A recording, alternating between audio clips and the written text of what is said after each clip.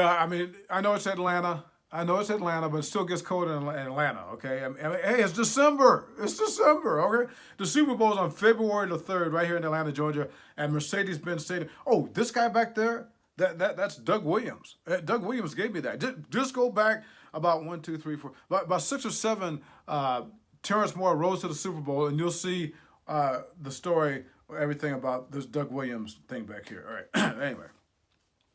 Yeah, again, let's see, 1, 2. We're 2 months away from the Super Bowl, right? And so you got to wonder, like, what is going on as far as preparation? What are these guys doing? What is the NFL doing right about now? Well, let's ask the Super Bowl expert. Yeah, Jim Steeg.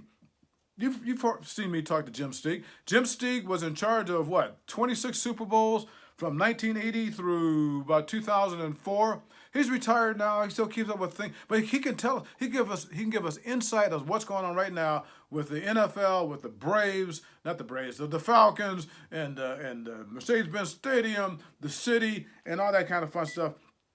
They got to be going nuts right about now. Let's see what he's got to say.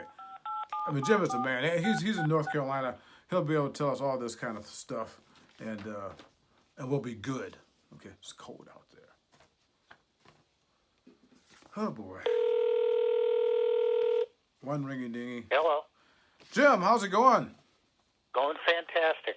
Well, that's good to hear. And Terence Moore here. And, you know, it's we're like 2 months away from the Super Bowl here. And it's freezing here in Atlanta, Georgia. People don't think it gets cold here in the South, but it really does. I mean, you know about that in North Carolina, right? Yeah, listen, but I know about that in Atlanta. Yeah, right. I lived through a couple of those. Hit. And, you know, and that's kind of where I'm going because, you know, here we are. Like I say, you know, Super Bowl is just right around the corner. I mean, you're the you know, your counterpart right now at the NFL. You know, trying to get things together. You got Arthur Blank, the owner of the Falcons. He's probably going crazy right about now, but maybe not. I'm just wondering at this point in the Super Bowl, with it just right there, 2 months away, what are you thinking right about now besides trying to get something for your headache? Well, I think you're trying to fine-tune everything that's going on. You've made, you know, a lot of the major decisions were made months ago, if not years ago. You know, obviously the venues and where parties were going to be held and media centers and, you know, people in what hotels and what events were going to happen. So a lot of that's been taking place. And now a lot of things are getting kind of finalized, and you look at the final script and what's going to take place. And a lot of people, what happens with the game is that I always kind of looked at this like an hourglass where people all give you their opinions at the beginning and they all disappear. Then you become the neck of the hourglass for a long period of time. And when you get back to, you know, the last couple weeks before the game, you open it back up again and all these people get involved. So they're not there to give you your opinion or whatever they're thinking, you know, in September, but they're certainly coming around in January and getting involved. So then you've got to hand it back off. I mean, you know, things like you're doing with the media, you know, give you their ideas of what they want to do with the media centers or the workrooms or that whatever, and you set them all up, and then they come back in and fine-tune it, you know, after you've gotten it put in place properly. Yeah, you know, we talked about this at the beginning of this segment, Road to the Super Bowl, with the Super Bowl expert, Jim Steeg, way back in July. Hey, folks, we started this in July, okay? And then Jim's been with us all the way through.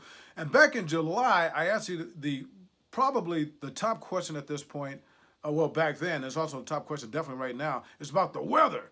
When do you start really worrying about the weather? I mean, we're getting right there, and you had those 2 ice storms in Atlanta here. I mean, is that of concern? And what can you do about the weather? Well, it's the weather. There's nothing much you can do about it except talk about what you can do in the worst-case scenarios that can take place. And, you know, obviously, in the case of Atlanta, we had a worst-case scenario that might have been worse than what we thought the worst-case scenario could be with the ice storm that came through there. So, you know, it's going to take place. And, you know, I can remember in San Diego where we ended up being like 80 degrees on game day.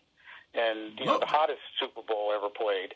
And all of a sudden now you've got concerns about how do you give water to people standing in line to go through the magnetometers as they're going through. So you think of all the options that are there that are taking place. You get prepared for it. But the most important part, I think, in planning a Super Bowl is getting to know the people in the community so that when something comes up that there's an issue, you can all get together, talk it out, and solve the issue.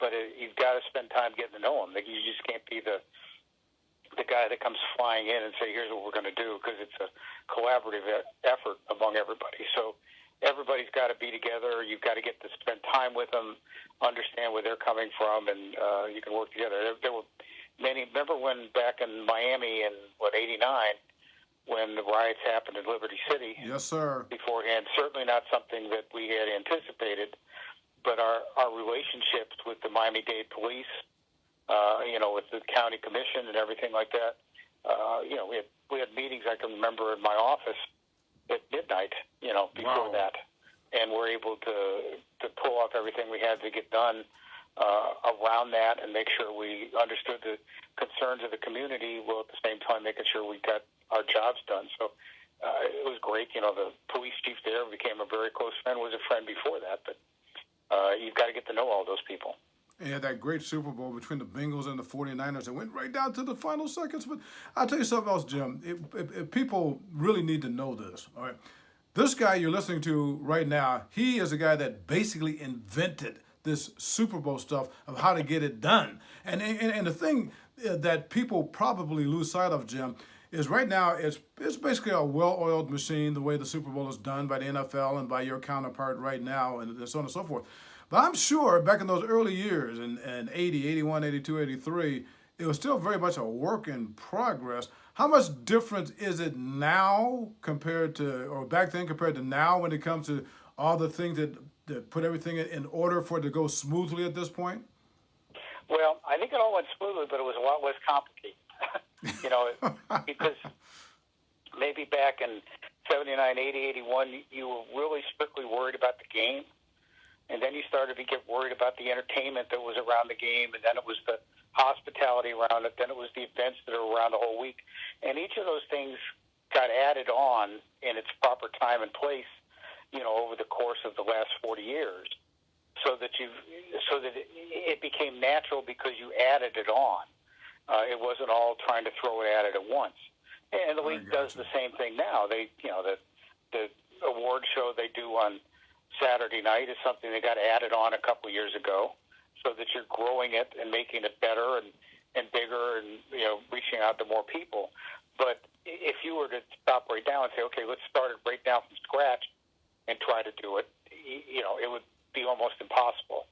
But the fact that it's like anything.